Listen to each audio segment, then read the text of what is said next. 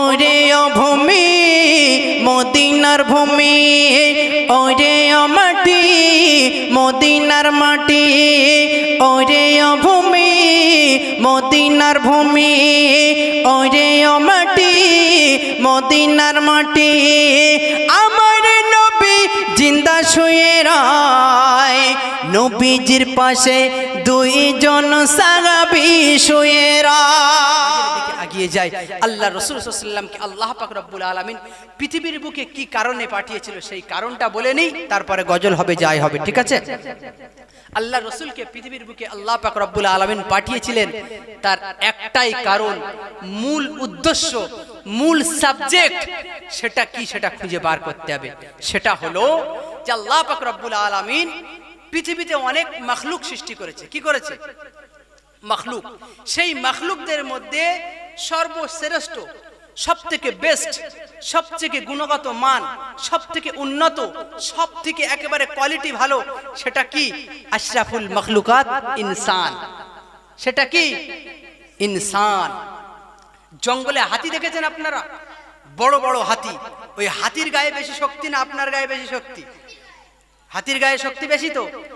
কিন্তু আমাদেরকে বলা হচ্ছে আশরাফুল মাখলুকাত, তোমরা সৃষ্টির সেরা, তোমরা সৃষ্টির সেরা। তাহলে হাতির গায়ে যদি সবচেয়ে বেশি শক্তি হবে, তাহলে আমরা সৃষ্টির সেরা কেমন ভাবে হলাম? হ্যাঁ, একেবারে ব্রেনিয়ান ছেলে বলেছে আমরা বুদ্ধিতে শ্রেষ্ঠ। কিসে শ্রেষ্ঠ? হাতি যত চওড়া হোক না কেন, যত মোটা হোক না কেন, ওই হাতিকে গলায় রশি পরিয়ে আমরা ঘোরাতে পারি না? পারি না? হ্যাঁ পারি। এই কারণে আমাদেরকে বলা হয়েছে আশরাফুল মাখলুকাত, সৃষ্টির সেরা জীব। আল্লাহ পাক রব্বুল আলামিন আমাদেরকে তৈরি করে পৃথিবীর বুকে পাঠিয়েছেন, আর পাঠিয়ে এমনি এমনি ছেড়ে দেয় নাই। আমাদের ঠিকানাটা হলো জান্নাত। কোথায়? জান্নাত। তাই আল্লাহর বান্দা যেন পৃথিবীতে আমল করে, আমলে সালেহ করে, নেক কাজ করে, আবার যাতে জান্নাতে যেতে পারে, সেই জান্নাতের পথটা বলে দেওয়ার জন্য জনাবে মুহাম্মদুর রাসূলুল্লাহ সাল্লাল্লাহু আলাইহি সাল্লামকে এই পৃথিবীর বুকে পাঠানো হয়েছিল। বুঝতে পেরেছেন বিষয়টা? এইবারে আসুন ঘটনার দিকে যাচ্ছি। আল্লাহ রাসূল সাল্লাল্লাহু আলাইহি ওয়াসাল্লাম যেমনি আল্লাহ পাক রব্বুল আলামিনের কাছ থেকে দায়িত্ব পেলেন, হেরা গুহাতে আল্লাহ পাক রব্বুল আলামিন নবীকে ডাকলেন, কোরআন নাজিল করে দিলেন, আর বলল, হে নবী, এবারে তুমি মানুষের কাছে কি করো? প্রচার করো। কিসের প্রচার? কলেমার প্রচার। কিসের প্রচার? কলেমার প্রচার। কলেমার প্রচার। আপনারা সকলে কলেমা জানেন? বলুন, লা ইলাহা ইল্লাল্লাহু মুহাম্মাদুর রাসূলুল্লাহ, আশহাদু আল্লা ইলাহা ইল্লাল্লাহু ওয়া আশহাদু আন্না মুহাম্মাদান আবদুহু ওয়া রাসূলুহু। এগুলো আপনারা জানেন তো? হ্যাঁ, কলেমাকে কি বলছে? কলেমাতে কি বলছে? যে আল্লাহ ছাড়া কোনো মাবুদ নাই। এই আল্লাহ ছাড়া মাবুদ নাই, এটা আল্লাহ রাসূল সাল্লাল্লাহু আলাইহি সাল্লামকে আল্লাহ পাক রব্বুল আলামিন 23 বছর ধরে কোরআন নাজিল করিয়েছে। কত বছর? 23 বছর। 23 বছর কোরআন নাজিল করিয়ে পুরো কোরআনের মধ্যে শুধু একটাই কথা, একটাই কথা, যাই কথা থাকুক না কেন, তার একটাই উদ্দেশ্য, সেটা কি? আল্লাহ এক। কি? আল্লাহ। আল্লাহকে মেনে নাও। হাসরের কথা, জান্নাতের কথা, জাহান্নামের কথা, সব কথার একটা মূল কথা, সেটা কি? আল্লাহকে মেনে নাও। আল্লাহকে চেনানোর জন্য আল্লাহর রাসূল সাল্লাল্লাহু আলাইহি ওয়াসাল্লামকে পৃথিবীর বুকে পাঠিয়েছিলেন আল্লাহ পাক রব্বুল আলামিন। তো আল্লাহ রাসূল সাল্লাল্লাহু আলাইহি ওয়াসাল্লাম যেমনি মক্কার বুকে আসলেন, এবারে কলেমার দাওয়াত প্রচার করছে। তো তারা কলেমা ভালোভাবে নেবে নাকি? তারা বলছে, মুহাম্মদ, আমরা তোমাকে লালিত পালিত করেছি, মানুষ করেছি, আর তুমি আমাদের কাছে এসে একটা নতুন ধর্মের প্রচার করছো? এটা হতে পারে না, এটা হতে পারে না, এটা আমরা মানবো না, শুনবো না। চাচার কাছে অভিযোগ করলো। আল্লাহ রাসূল সাল্লাল্লাহু আলাইহি ওয়াসাল্লামের চাচা, বেটাকে মানা করো, ভাইপোকে মানা করো, এই কোরআনের দাওয়াত যেন আর না দেয়। আল্লাহ রাসূল সাল্লাল্লাহু আলাইহি ওয়াসাল্লাম চাচা জানকে শুনিয়ে দিলেন, এ আমার চাচা জান, চাচা জান, ওই কাফেরদেরকে শুনিয়ে দিন, ওই শত্রুদেরকে শুনিয়ে দিন। তারা তো টাকা দিলে দিতে পারবে, তারা তো সোনা দানা দিলে দিতে পারবে, তারা তো সুন্দরী নারী দিলে দিতে পারবে, তারা যদি আসমান হতে চন্দ্র, আসমান হতে যদি সূর্যটা নিয়ে আমি মুহাম্মদ আমার হাতে দিয়ে দেয়, তার উপরেও আমি কোরআনের দাওয়াত থেকে পিছপা হব না। জোরে বলুন না সুবহানাল্লাহ। আল্লাহ রাসূল সাল্লাল্লাহু আলাইহি ওয়াসাল্লাম দায়িত্ব পাওয়ার পরে, নবুয়ত পাওয়ার পরে, কলিমা পাওয়ার পরে, কোরআনটা পাওয়ার পরে, এবারে যেমনি মানুষের কাছে কোরআনকে অ্যাপ্লাই করছে, কলিমাকে অ্যাপ্লাই করছে, মানুষের দাঁড়ে দাঁড়িয়ে যাচ্ছে, মানুষের দাঁড়ে দাঁড়িয়ে যাচ্ছে। কেউ নবীর মুখে থুতু মারছে, কেউ নবীর মুখে ঢিল মারছে, কেউ নবীর মুখে পাথর মারছে। শুধু আমার নবী বলছে, ভাই আমাকে থুতু দিয়েছো বরদাস্ত করে নিলাম, আমাকে পাথর মেরেছো বরদাস্ত করে নিলাম, আমাকে বড় ছোট কথা বলেছো বরদাস্ত করে নিলাম, এগুলো আমি সব বরদাস্ত করে নিতে পারবো। কিন্তু কাল হাসরের ময়দানে মাহশরে যখন তোমাদের ঘাড় ধাক্কা দিতে দিতে দিতে ফেরেশতারা জাহান্নামের মধ্যে ফেলে দেবে, আমি মুহাম্মদুর রাসূলুল্লাহ এটা বরদাস্ত করতে পারবো না। কি মায়ার নবী, আমার মুখে থুতু দিয়েছে, আমাকে ঢিল মেরেছে, ইট পাটকেল মেরেছে, রক্তে রক্তাক্ত করেছো, সব মেনে নিলাম, সব ক্ষমা করে দিলাম, কিন্তু তোমরা কলেমাটা পড়ে নাও। তিনি দিনের দাওয়াত দিচ্ছে, ইসলামের প্রচার করছে, কলেমার প্রচার করছে। তাইফের ময়দানে গেলেন, তাইফের দুষ্টু ছেলেরা যে পাথর মেরেছিল ঘটনা আমরা শুনেছি। একটা কথা ছোট্ট ধরিয়ে দিই, তাইফের মানুষদের জন্য আল্লাহ রাসূল সাল্লাল্লাহু আলাইহি ওয়াসাল্লাম যদি বদদোয়া করতেন, তাইফের সমস্ত মানুষ ধ্বংস হয়ে যেত। হয়ে যেত না, যেত না? জিব্রাইল আলাইহিস সালাম চলে এলেন, ইয়া রাসূলুল্লাহ, হাবিবাল্লাহ, কি আযাব দেব তাইফবাসীর জন্য বলুন। আমার নবী চিন্তিত হয়ে গেল, মাথাটা নিচু করে নিল, নিয়ে আল্লাহর দরবারে হাত তুলল। ও রব্বি আল্লাহ, তাইফবাসী আমাকে চিনতে পারে না, আমি নবী, আমাকে তারা জানে না, আমি নবী, আমাকে তারা চেনে না, আপনি তাদেরকে ক্ষমা করে দেন, আপনি তাদেরকে মাফ করে দেন। তারা যদি ধ্বংস হয়ে যায়, তারা যদি বরবাদ হয়ে যায়, তারা যদি নাস্তা নাবুদ হয়ে যায়, ও রব্বি আল্লাহ, আপনি আমার কাছে যে দায়িত্বটা দিয়েছেন, ওই দায়িত্বটা তো আমি মানুষের কাছে পৌঁছাবো। এরা তো মানুষ, এরা যদি ধ্বংস হয়ে যায়, আমি কলেমার দাওয়াতটা কাদের শোনাবো?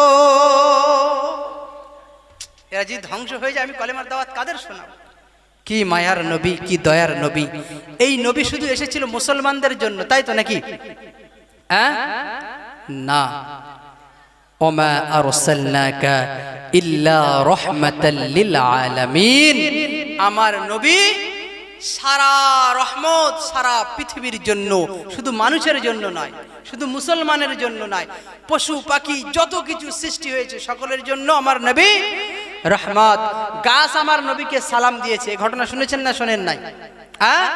শুনেছেন। আসুন ভাই, কেমন তিনি রহমত একটু আপনাদের শুনিয়ে দিই। আল্লাহ রাসূল সাল্লাল্লাহু আলাইহি ওয়াসাল্লাম মদিনার মসজিদে বসে আছেন, সাহাবীরা বসে আছেন, মদিনার মসজিদে বসে আছেন, সাহাবীরা বসে আছেন। একটা ইহুদি এসে মসজিদেতে নববীতে দাঁড়িয়ে দাঁড়িয়ে দাঁড়িয়ে পেশাব করছে। কোথায় পেশাব করছে? ভালো করে শুনুন, ইহুদি কোথায় পেশাব করছে? মসজিদে পেশাব করছে। আল্লাহ রাসূল সাল্লাল্লাহু আলাইহি ওয়াসাল্লামের সাহাবীরা দাঁড়িয়ে উঠলো, ইয়া রাসূলুল্লাহ, হাবিবাল্লাহ, এত বড় অপরাধ আমরা মেনে নেব না, মেনে নেব না।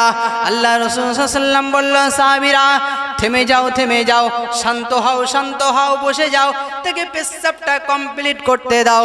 পেশাবটা কমপ্লিট হয়ে গেল, ওই ইহুদি এবার চলে যাচ্ছে, ইহুদি চলে যাচ্ছে।